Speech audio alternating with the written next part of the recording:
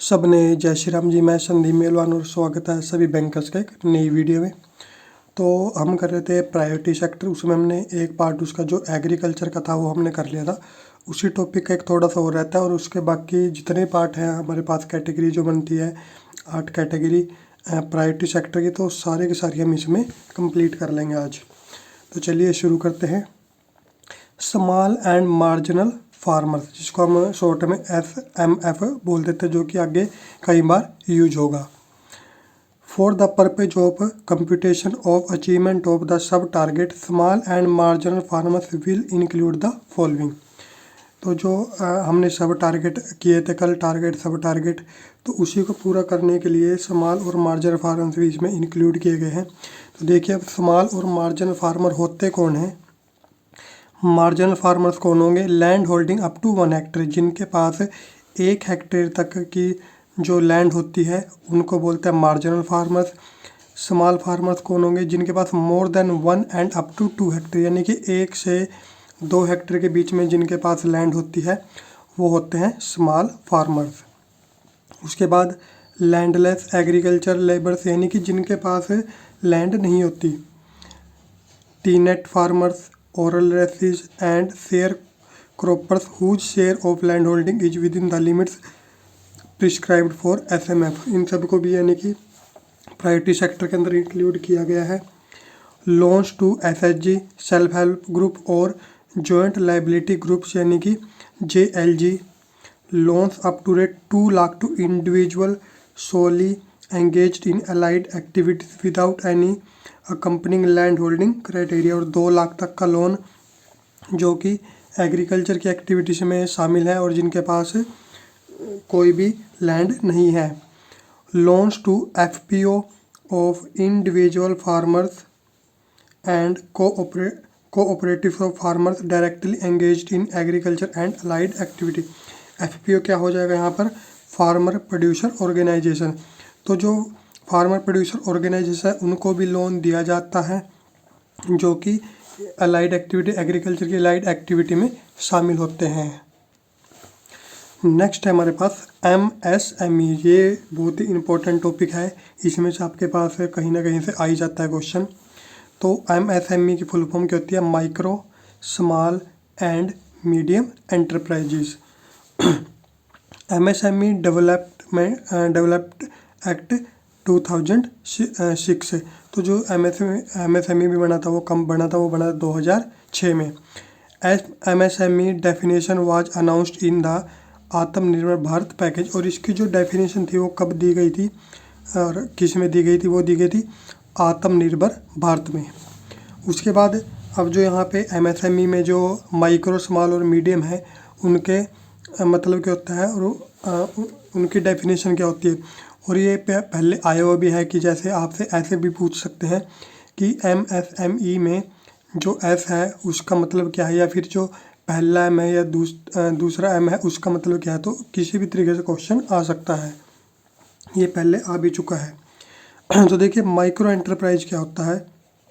Where the investment in the plant and machinery और equipment does not exceed 1 crore and turnover does not exceed 5 crore, यानी कि ऐसा enterprise जिसमें कि प्लांट, मशीनरी और इक्विपमेंट की कॉस्ट 1 करोड़ से ऊपर नहीं बनती और या फिर उसका टर्नओवर 5 करोड़ से ऊपर नहीं बनता, तो वो होता है माइक्रो एंटरप्राइज। दूसरा small enterprise, investment does not exceed 10 crore and turnover does not exceed 50 crore, यानी कि इन्वेस्टमेंट जो है प्लांट और मशीनरी की वो 10 करोड़ से ज़्यादा नहीं होनी चाहिए और उसका टर्नओवर 50 करोड़ से ज़्यादा नहीं होना चाहिए। Medium enterprise, investment does not exceed 50 crore, investor 50 crore से ज़्यादा नहीं होनी चाहिए और जो टर्नओवर है वो 250 करोड़ से ज़्यादा नहीं होना चाहिए, वो होता है मीडियम एंटरप्राइज। नेक्स्ट है calculation of investment in plant and machinery और इक्विपमेंट, यानी कि जो हमने अभी पढ़ा इन्वेस्टमेंट होती है जो प्लांट मशीनरी पे, तो उसकी कैलकुलेशन कैसे की जाती है। Calculation of investment in plant and machinery will be link to ITR of the previous year. तो जो इसके जो इन्वेस्टमेंट है वो किसके साथ लिंक की जाती है? ITR के साथ लिंक होती है जो पिछले साल की है। In case of new enterprise, अगर न्यू एंटरप्राइज है यानी कि जिसने ITR आज तक भरा ही नहीं, the investment will be based on self declaration of the promoter. तो उस केस में जो कंपनी का मालिक है यानी कि प्रोमोटर जो है, उसके सेल्फ डिक्लेरेशन के बेस पे उसकी इन्वेस्टमेंट जो पता की जाती है of the enterprise, and such relaxation shall and after the 31st March of the financial year in which it files its first ITR। और ये जो सेल्फ डिक्लेरेशन की जो रिलैक्सेशन है एंड कब हो जाती है, जब वो पहला ITR अपना भर देता है। The expression plant and machinery और equipment of the enterprise shall have same meaning as assigned in income tax rule 1962। और इसमें जो हम वर्ड यूज कर रहे हैं प्लांट और मशीनरी और इक्विपमेंट, इसमें जो इसका मीनिंग वही होना चाहिए जो कि इनकम टैक्स रूल 1962 में डिफाइन किया गया है। The purchase value of plant and machinery whether first और सेकंड हैंड, यानी कि जो मशीनरी परचेज कर रहे हैं चाहे वो न्यू हो या फिर सेकंड हैंड हो, shall be taken into account excluding GST on self disclosure basis. तो उसमें जो उसकी जितने की वो ली है उसमें GST एक्सक्लूड होता है, GST को उसमें इंक्लूड नहीं करना है। और किस बेस पे होगी वो, सेल्फ डिस्क्लोजर बेसिस पे वो होगी। उसके बाद नेक्स्ट है हमारे पास कैलकुलेशन ऑफ टर्नओवर। जो टर्नओवर की बात की थी तो उसका कैलकुलेशन कैसे होगा। एक्सपोर्ट्स ऑफ गुड्स और सर्विसेज और both shall be excluded while calculating turnover of MSME। तो जब कैलकुलेशन किया जाएगा टर्नओवर का तो एक्सपोर्ट ऑफ गुड या फिर सर्विसेज या फिर दोनों को एक्सक्लूड कर दिया जाता है calculating of turnover. Turnover calculate करते हुए एक्सपोर्ट ऑफ गुड्स और सर्विसेज को इसमें एक्सक्लूड किया जाता है। Turnover and export turnover for an enterprise shall be linked to the income tax act और the central GST and the GSTIN। तो इसमें जो टर्नओवर एक्सपोर्ट टर्नओवर उसको भी क्या कर दिया जाता है, उसको किसके साथ लिंक किया जाता है, इनकम टैक्स एक्ट के साथ, और सेंट्रल GST जो CGST होता है और GSTIN होता है उसके साथ लिंक किया जाता है। The turnover related figures of such enterprise which do not have pan will be consider on self declaration basis. और ऐसे एंटरप्राइज जिनके पास पैन कार्ड नहीं है, पैन नहीं है, तो उनमें जो टर्नओवर का फिगर जो डिसाइड किया जाता है वो कैसे किया जाता है, उनके सेल्फ डिक्लेरेशन के बेस पे।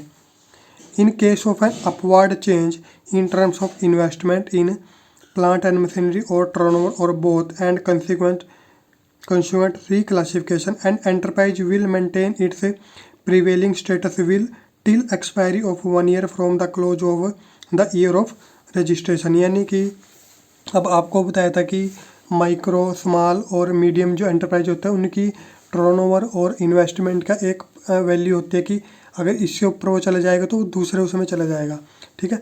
तो इसी तरीके से अगर उनमें चेंज हो जाता है, मान लो अगर थी, मान लो 50 करोड़ थी उसकी इन्वेस्टमेंट, और अगर वो 50 से ऊपर चला जाता है तो वो उससे दूसरे उसमें चला जाएगा, यानी कि दूसरी कैटेगरी में चला जाएगा।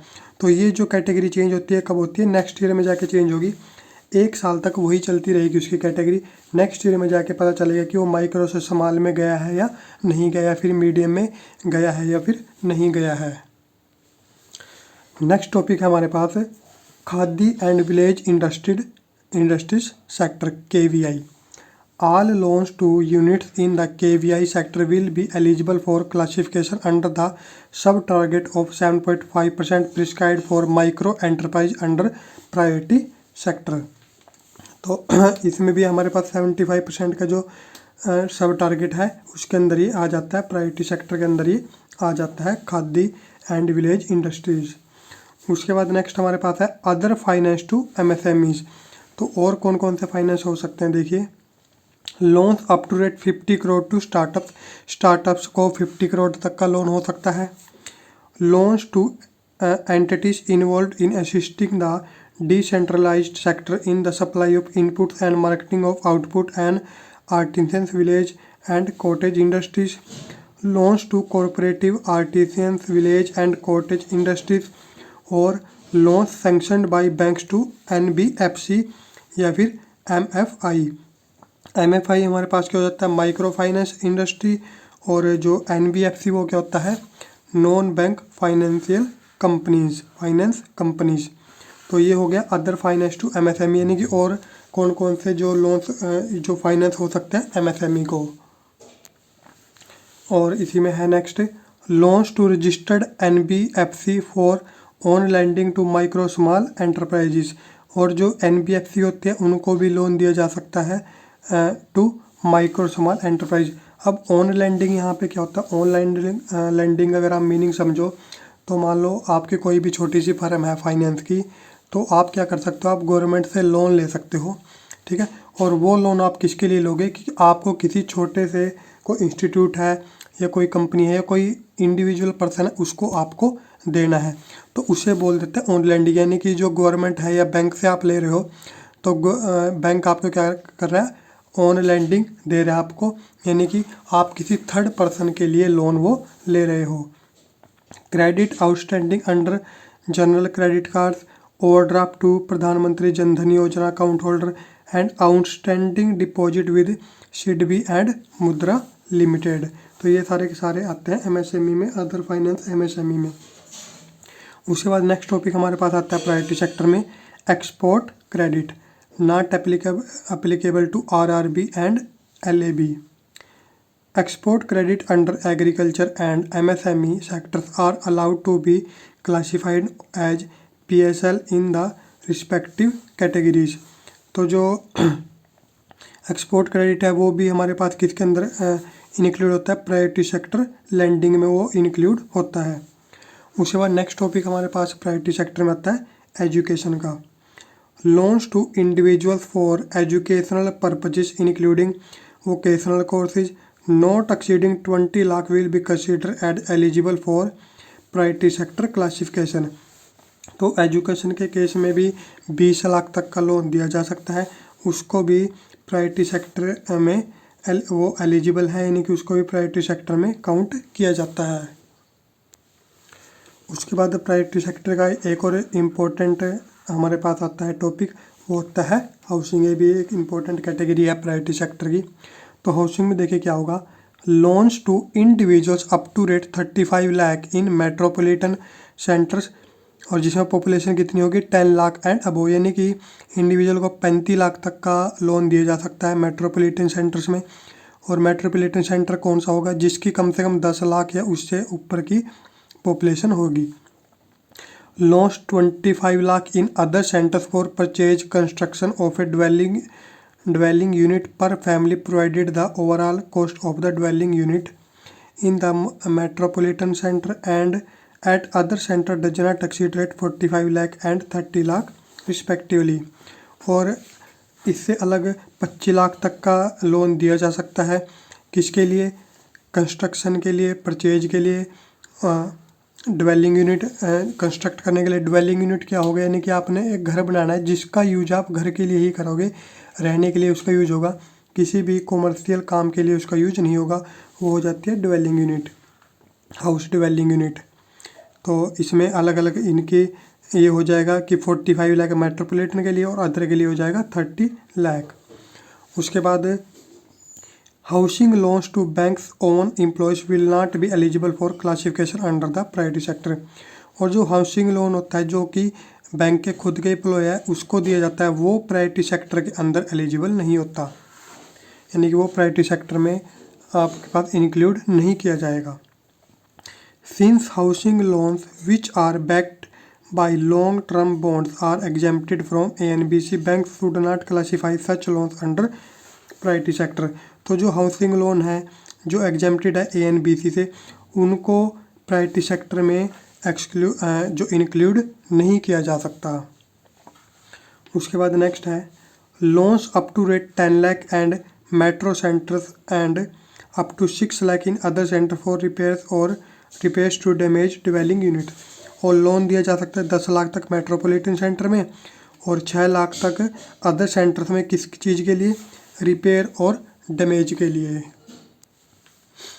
उसके बाद नेक्स्ट इसमें आता है bank loans to any government agency for construction of dwelling units और for slum clearance and rehabilitation of slum dwellers subject to dwelling units with corporate area of not more than 60 square metre. और bank loan दिया जा सकता है किसी government agency को जो कि कंस्ट्रक्शन के लिए, ड्वेलिंग यूनिट के लिए, या फिर स्लम क्लियरेंस या फिर स्लम रिहेबिलिटेशन के लिए दिया जा सकता है, और जिसका जो कारपेट एरिया 60 स्क्वायर मीटर से ज़्यादा नहीं होना चाहिए। Bank loan for affordable housing project के लिए दिया जा सकता है, जैसे कि हाउसिंग प्रोजेक्ट चलते रहते हैं सरकार की तरफ से, तो उसके लिए भी लोन दिया जा सकता है। Bank loans for HFC for on lending up to rate 20 lakh for individual borrowers. और जो हाउसिंग फाइनेंस कंपनी है उनको भी लोन दिया जा सकता है, ऑन लैंडिंग उनको दी जा सकती है, यानी कि ताकि वो आगे किसी और को दे सकें। 20 लाख तक की इसकी लिमिट होती है इंडिविजुअल बोरवर के लिए। Outstanding deposits with NHB on account of priority sector shortfall, और NHB यहाँ पे क्या हो जाएगा, नेशनल हाउसिंग बैंक। तो ये था हमारे पास हाउसिंग का। उसके बाद नेक्स्ट टॉपिक इसमें आता है सोशल इंफ्रास्ट्रक्चर, यानी कि जो प्रायोरिटी सेक्टर की नेक्स्ट कैटेगरी है सोशल इंफ्रास्ट्रक्चर।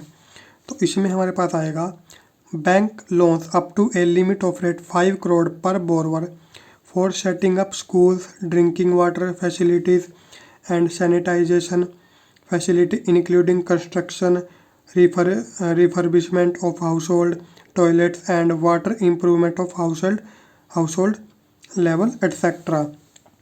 तो बैंक लोन जो 5 करोड़ तक का इसमें दिया जा सकता है बोरवर के लिए, जो कि इस तरह के कोई भी काम करते हैं, तो उनके लिए भी 5 करोड़ तक का पर बोरवर का को लोन दिया जा सकता है। ये हमारे पास आता है सोशल इंफ्रास्ट्रक्चर के अंदर।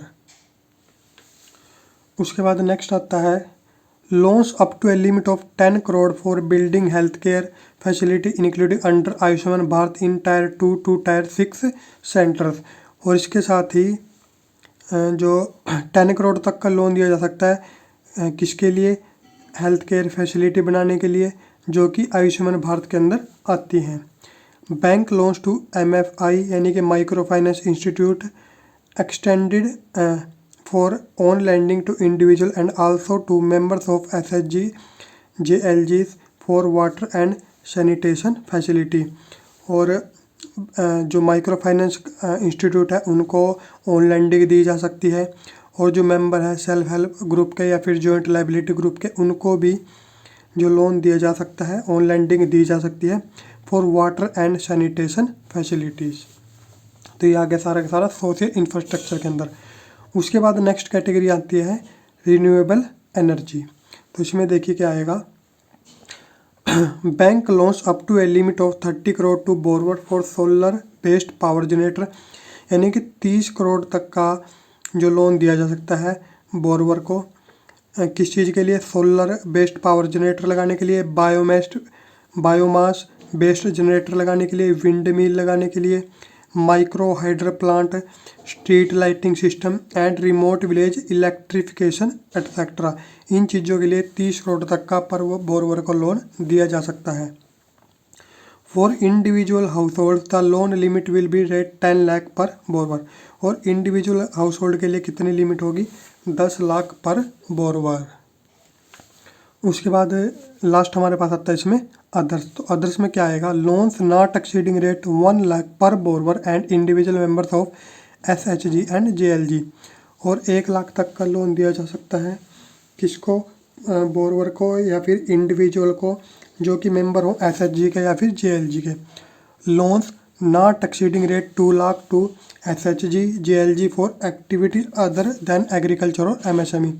और एग्रीकल्चर और MSME से अलग एक्टिविटी के लिए SHG और JLG को 2 लाख तक का लोन दिया जा सकता है। Loans to distressed person not exceeding rate 1 lakh.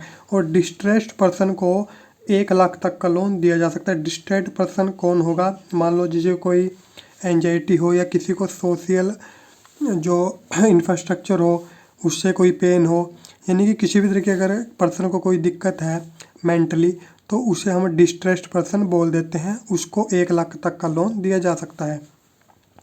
Loans sanction to state sponsored organisation for SC ST। और लोन किसको दिया जा सकता है, जो स्टेट स्पॉन्सर्ड ऑर्गेनाइजेशन है उनको भी लोन दिया जा सकता है। Loans up to rate 50 crore to startups को 50 करोड़ तक का लोन दिया जा सकता है। तो ये था हमारे पास प्रायोरिटी सेक्टर का टॉपिक। ये इम्पोर्टेंट टॉपिक है जिसमें से आपके पास हाउसिंग हो गया, एमएसएमई हो गया, एग्रीकल्चर हो गया, ये तो बहुत ज़्यादा इंपॉर्टेंट है। इनमें से आपके पास कुछ ना कुछ पक्का आता है, हर बार आता है, अब की बार भी आएगा। तो इस वीडियो में इतना ही, और नेक्स्ट वीडियो में जो प्रायोरिटी सेक्टर का और कुछ जो पॉइंट्स रहते हैं वो हम कंप्लीट कर लेंगे। तो तब तक के लिए सबको जय श्री राम।